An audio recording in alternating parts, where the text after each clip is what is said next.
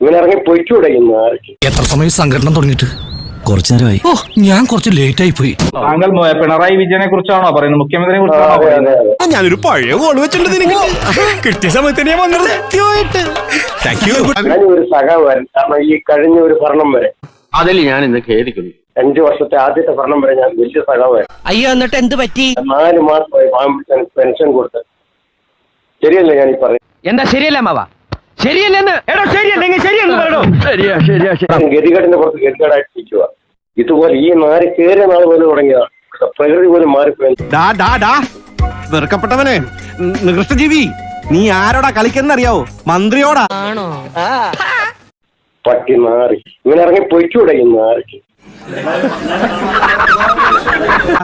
ഇനി ഒരു അക്ഷരം വാ തുറന്ന് പറഞ്ഞ നീ പറഞ്ഞതൊക്കെ പോലീസുകാർ ചെയ്തു തരും ഫ്രീ ആയിട്ട്. എന്നാ ഇതൂടെ കേട്ടിട്ട് താൻ പോലീസുകാരെ കൊണ്ട് ഉണ്ടാക്കണോ? ഈ പരനാറിയൊക്കെ എന്തോരുന്ന് കളിക്കുന്നത്? ഇവനെ കുറെ മന്ത്രിമാരെ വിളിച്ച് ഇവന്റെ ഒരു മരുമോന് അവസരം കൊടുക്കാൻ വേണ്ടിയിട്ടില്ല ഇവനെ പുതിയ കുറെ മന്ത്രിമാരെ ഉണ്ടാക്കി.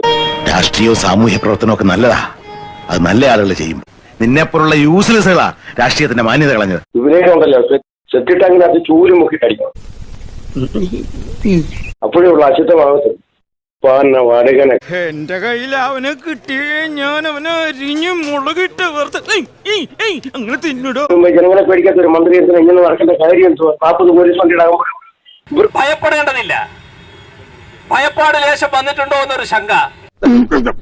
അന്നത് എന്തിനെടുത്ത് ഇങ്ങനെ ഇറങ്ങി പൊയ്ക്കൂടെ ഇന്ന് ആർക്ക്? എത്രയെങ്കിലും പറഞ്ഞില്ലെങ്കിൽ എന്റെ മനസ്സിന് സമാധാനം കിട്ടത്തില്ലായിരുന്നു. ഓക്കെ എന്നാ. ഒരു മന്ത്രിയെ തെറി വിളിക്കുക എന്നുള്ളത് എന്റെ ജീവിതാഭിലാഷമായിരുന്നു. അത് സാധിച്ചു. ഞാൻ കൃതാർത്ഥന. അങ്ങനെ ഒന്നും ഞാനും ആലോചിക്കാതിരുന്നില്ല. അപ്പൊ എല്ലാം പറഞ്ഞ പോലെ